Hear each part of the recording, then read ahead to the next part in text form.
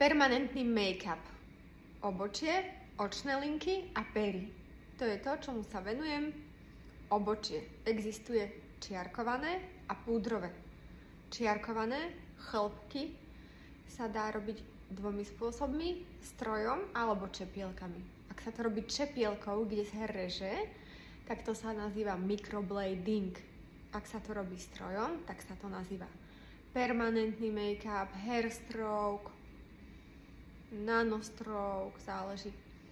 Potom existuje púdrové obočie, to sa robí tiež strojom a je to efekt púdru, prášku, ako keby ste si dali slabulinký tienik, že si to nechcete ako keby robiť fixou, chlpky, čiarky, ale si dáte taký tienik.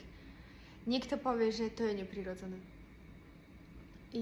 Mohlo by to byť neprirodzené, ak je to moc silné, hrubé a divný tvar, chápem, ale ak je to, napríklad toto je neprirodzené, áno, je to farbené obočie, klasickou farbou, kozmetickou, áno, tak to vyzerá, že nepatrí ku mne. Ale keď sa to robí púdrikom, tak to je také slabulinké, že to vyzerá ako vaše. Ak máte chlpky husté, určite púder. Ak máte riedke chlpky, ale vám chýba časť obočia, tak môže byť aj kombinácia, alebo len chlpky, microblading, alebo sa môžu urobiť chlpky a do toho odpudrovať, aby to bolo že celistve upravené. Ak si dáte len microblading, len chlpky a dáte si make-up, tak väčšinou nevidieť nič, alebo tak, že máte si to chuť dokresliť. Ale ak si dáte púder, tak nepotrebujete dokresľovať. Tak preto každý, kto príde prvýkrát, chce chlpky, lebo je to podľa vás prirodzené a bojíte sa zmeny. A keď už opakujete tetovanie roky, tak už ste prístupní na púder. A každý, kto si dal púder, povedal, že púder je top. Aj keď prídete z iných salónov. Tak preto mám rada púder. To nie je, že je to môj vkus, ale páči sa mi, keď ste šťastná. Čo sa týka očných liniek, tak ja som vždy bola tá, ktorá chcela robiť len také mini pipi do myhalníc. Každý chce dlhé, hrubé, tak som robila kompromisy. Tak teraz sa mi páčia také, že hrubšie, ale neukončené žiadne chvostíky.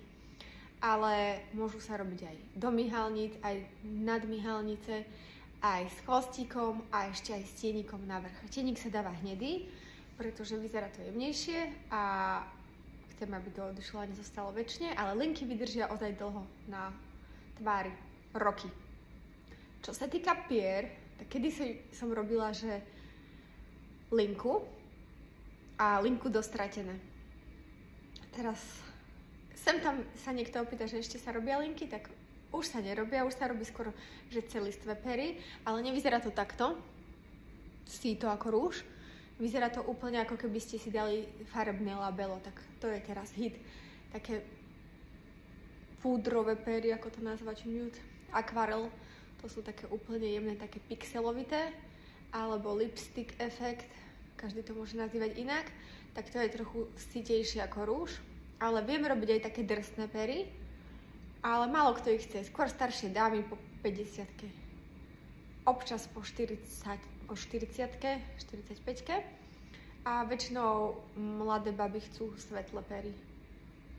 Kto si to dáva? Všetky ženy, môžu aj chlapi. A v akom veku sa ma niekedy pýtate, že si myslíte, že ste pri staré, pri mladé, tak moja veková kategória žien, čo ku mne chodia, je po 40-ke väčšinou, prevažne, ale mám aj mladšie. Ale takže veľmi mladé baby nechodia, financie, a ak chodia, tak určite to nie je, že 25, ale skôr také, že od 30. A keď sú také mladulinké, alebo keď ste také mladulinké, určite by sa vám dala také úplne slabulinké pery, prirodzené, v pohode lipstick. Ja som skôr za ten lipstick, než za akvarel, mne sa to páči vo výsledku, že je to krajšie.